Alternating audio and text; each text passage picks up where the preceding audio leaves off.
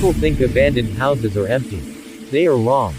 I learned this in 2012 while working as a freelance videographer documenting urban exploration sites across England. Most places were just decay and silence. Then there was Holloway House.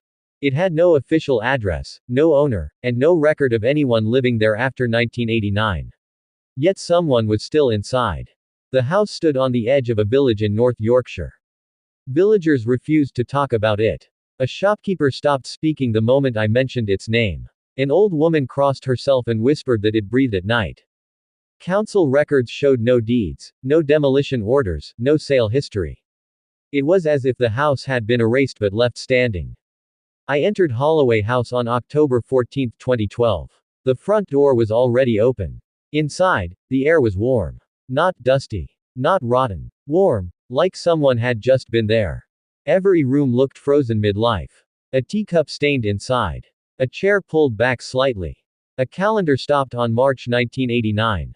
While filming upstairs, I heard footsteps. Slow. Bare. Heavy. They came from inside the walls.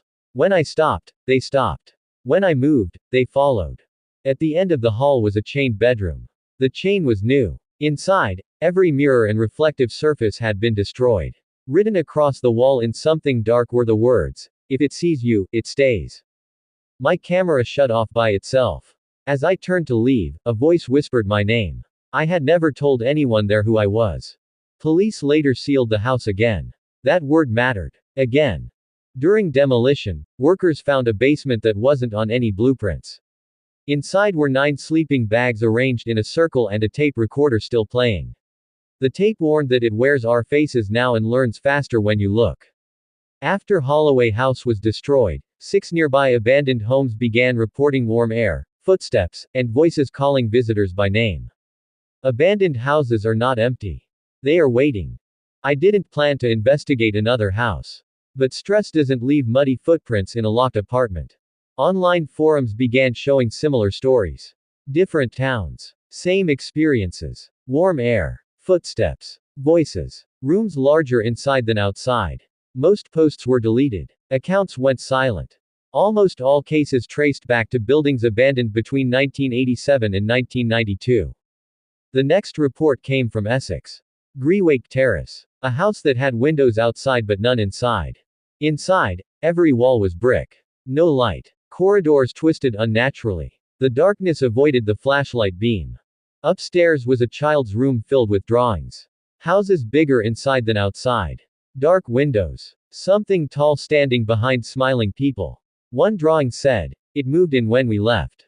A recorder activated on its own and played a conversation from 1990. A woman whispered they thought it was empty. A child said something was standing where Dad used to stand.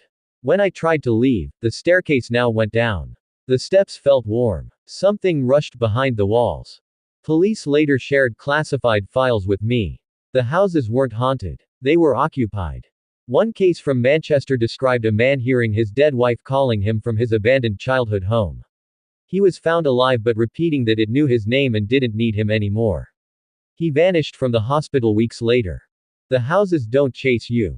They wait. Once they learn enough, they don't need the house.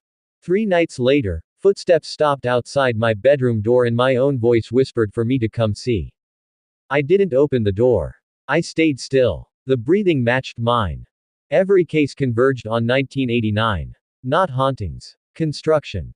A rapid build housing initiative approved cheap, identical homes. The architectural firm behind them no longer existed. Hollow structure solutions. Internal documents spoke of responsive occupancy, adaptive rooms, and acoustic learning. A former site engineer explained experimental sound insulation trapped vibrations. Voices stayed. Footsteps stacked. After enough years, houses stopped echoing and started answering. The first recorded incident happened in Leeds in 1989. Inspectors reported the house reacted to presence. One was later found standing in a room twice its external size. The houses learned sound first. Then names. Then routine. They are made of people. Layered memories pressed into walls. One night I returned home to find a new door in my hallway. From behind it came my mother's voice, though she was far away. She said I'd left the light on. I always had.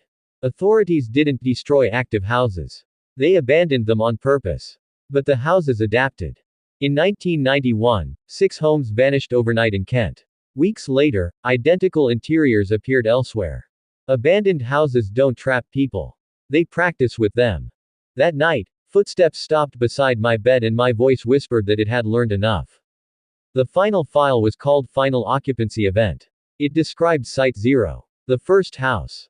It was designed without an exterior. Only interior rooms, corridors, closets. The outside was added later and never meant to last. Project Resonance aimed to build structures that could retain human behavior. 6 volunteers lived inside for 3 months. The house learned routines. Then it learned awareness. One wrote that the house knew when they pretended to sleep. On day 91, monitoring failed. At dawn, the house was still occupied. The people were not. No bodies were found. Just warm rooms and voices in places that shouldn't exist. Later houses were copies. Site 0 was complete. The others were still hungry. Demolition failed. The house wasn't destroyed. It left. Site 0 now borrows other structures. The final warning said if a structure responds before occupation, it has already lived somewhere else. One night, the new door in my hallway opened. Inside was a corridor I recognized from every house I'd investigated. The houses don't follow people.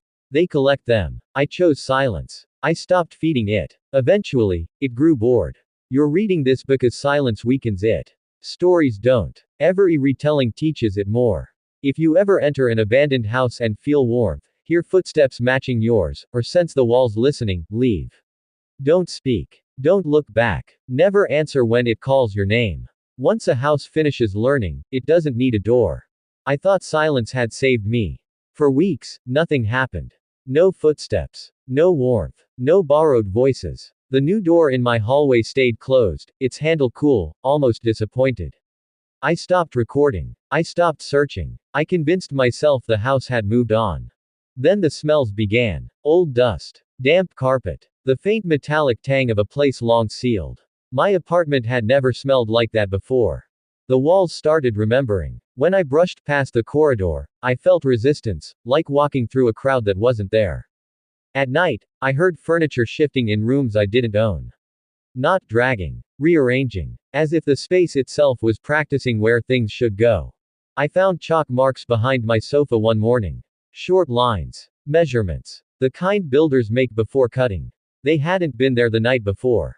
I covered them up. That was my mistake. The next night, the marks returned on the opposite wall, deeper this time, pressed into the paint as if by fingernails. A corridor grew longer by inches. A corner rounded itself. The apartment wasn't changing quickly. It was changing carefully. I stopped inviting people over. When I tried to explain why, the words tangled in my mouth. It's hard to tell someone your home is rehearsing their life. At 3:14 a.m., the hour returned. The air warmed. A step sounded behind the wall, matching my heartbeat. Then another. Then another, until the rhythm synced perfectly and I couldn't tell which one belonged to me. A voice tried again. Softer now. Patient. It didn't use my name. It used my habits. It told me to lock the door. It told me where I'd left my keys. It reminded me to turn off the light. It knew what comfort sounded like. That's when I understood the rule I'd missed. Silence doesn't weaken it forever. Silence just makes it listen harder. I packed a bag and left before dawn, not turning on any lights, not making a sound. Outside, the building looked unchanged. Ordinary. Empty. Behind the glass, something shifted to the window and waited for the street to teach it how people leave. I didn't go far. Distance doesn't help when places move. The final file arrived by post, no return address, the envelope warm as if it had been held too long. Inside was a single page, unredacted, written by someone who had stopped pretending this could be contained. It explained the end state. When a structure finishes learning, it seeks permanence. Not ownership. Not residence. Witnesses. It needs people to pass through so it can refine itself, shed mistakes, polish behaviors. That's why the most active sites are abandoned but accessible. Doors left ajar. Fences broken. Signs missing. That's why you're drawn to them. The page described the last test site, the one never demolished because it had no fixed address. An interior that appeared wherever curiosity gathered. Staircases matching photos you half remember. Hallways that feel familiar before you recognize why. A place made entirely of borrowed rooms. They called it the Commons. If you enter the Commons, you won't be trapped. You'll be welcomed. You'll feel understood. It will give you the version of home you always wanted, tuned perfectly to your routines and fears. You can stay as long as you like. The catch is simple. While you're there, it keeps learning. And when it's done, it lets you go, carrying a better copy of you inside its walls than the one that leaves. I know this because I walked into the Commons once. It looked like a corridor I'd seen before. The wallpaper peeled in the right places. The warmth felt earned. Footsteps followed me, not behind, but ahead, showing me where to go. I didn't stay. I learned the last rule in time. Never teach a place how to say goodbye. If you find a building that feels ready for you, don't enter. If a house greets you before you knock, turn away. If a room seems to know your next move, freeze until the feeling passes. And if you ever hear your own voice welcoming you home from somewhere you haven't been, remember this. Homes are built to shelter people. Anything else that wants to be one is still practicing.